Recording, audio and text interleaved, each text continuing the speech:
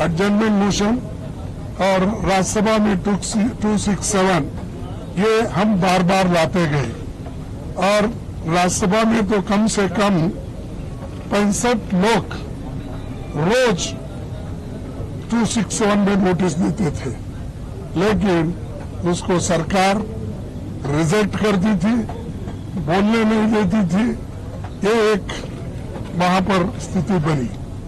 और दूसरा, लोकसभा में जब एडजर्नमेंट मोशन देख कर थक गए थे तो आखिरी में अपनी बात रखने के लिए उन्होंने नो कॉन्फिडेंस मोशन मूव किया गया है और वो आज लेना था, लेकिन ये आखिरी में रखकर ये भी उन्होंने तय कर लिया है कि 8-9 2 दिन इसका बहस चले, फिर 1 दिन रिप्लाई दिए और हाउस एडजर्न हो जाएगा। तो मकसद क्या है?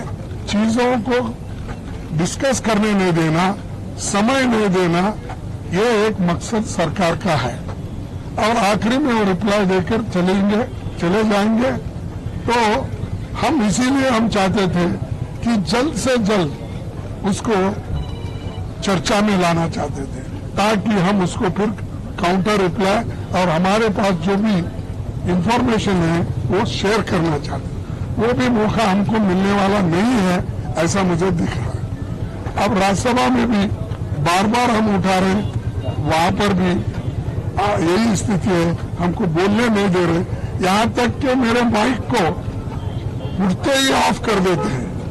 अपोजिशन पार्टी के लीडर को जितना रूलिंग पार्टी के लीडर को महत्व देते हैं, हाउस ऑफ द लीडर को, उतना ही हमको महत्व देते हैं।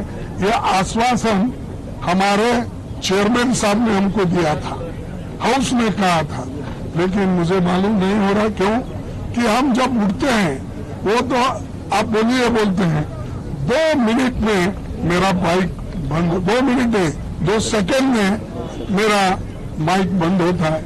तो इससे यही जाहिर होता है कि डेमोक्रेटिक मेथड्स और डेमोक्रेसी के तहत ये लोग चलना नहीं चाहते, संविधान को बचाना नहीं चाहते और डेमोक्रेसी के उसूलों के तहत चलना नहीं चाहते। तो इसलिए हम एक होकर मजबूती के साथ लड़ रहे और लड़ते रहेंगे। और दूसरी बात भी हम वहां पर बताए, जो वहां पर सरकारी मुझे कहां से वहां पर वेपन आ रहे, मुझे हमारे ललन सिंह साहब ने बताया कि जो वहां पर हजारों वेपन्स आ रहे, सोफिस्टिकेटेड वेपन्स आ रहे, कहां से आ रहे? वो सब प्राइवेट लोगों के पास है। और जब 2 कम्युनिटी, मैती कम्युनिटी और कुकी कम्युनिटी, ये दोनों में अब जो लड़ाई चल रही है, इसको शांति के साथ रखना है, तो प्रधानमंत्री वहां पर विजिट करना चाहिए था। 92 दिन हुए, अब तक वहां नहीं गए, उसके बारे में बोले नहीं, लास्ट में एक भाषण देंगे, चले जाएंगे। तो ये बड़ी दुख की बात है। और पार्लियामेंट में ये नया नहीं है, 267 या एडजर्नमेंट मोशन, ये हमेशा पहले देते गए हैं। हमारे पास, मैं पढ़ के बता सकता हूं, लेकिन समय की अभाव से मैं नहीं कहूंगा, 13-13, 14-14 ऐसे उदाहरण हैं जिसमें 267 को परमिशन दिया गया है, सारा बिजनेस स्टॉप करके डिस्कशन लिया गया है। इवन एडजर्नमेंट मोशन को भी ऐसा ही डिस्कशन के लिए अलाउ किया गया है, लेकिन ये सरकार ना डिस्कशन को अलाउ कर रही, ना किसी बात सुनने के लिए भी तैयार नहीं है। ये एक।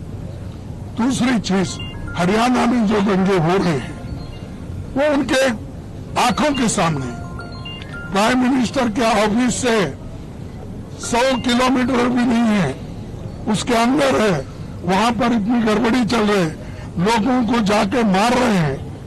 ये कहां का रोल है? अरे दिल्ली से नजदीक राज्य में भी ऐसा होता है तो वो कोई उसका संज्ञान भी नहीं लेते, और ये दूर की बात तो अलग है।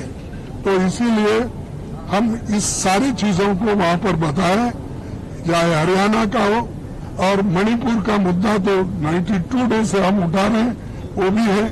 तो इतना सारी चीजें हम बताने के बाद वो देखने का या सुनने का उन्होंने भी काम किया और वो बोले कि मेमोरेंडम हम भेजेंगे। इतना कहते हुए मैं अपने शासन को मणिपुर सरकार की बर्खास्त की मांग की है सर। मेन डिमांड क्या थी प्रेसिडेंट सर के?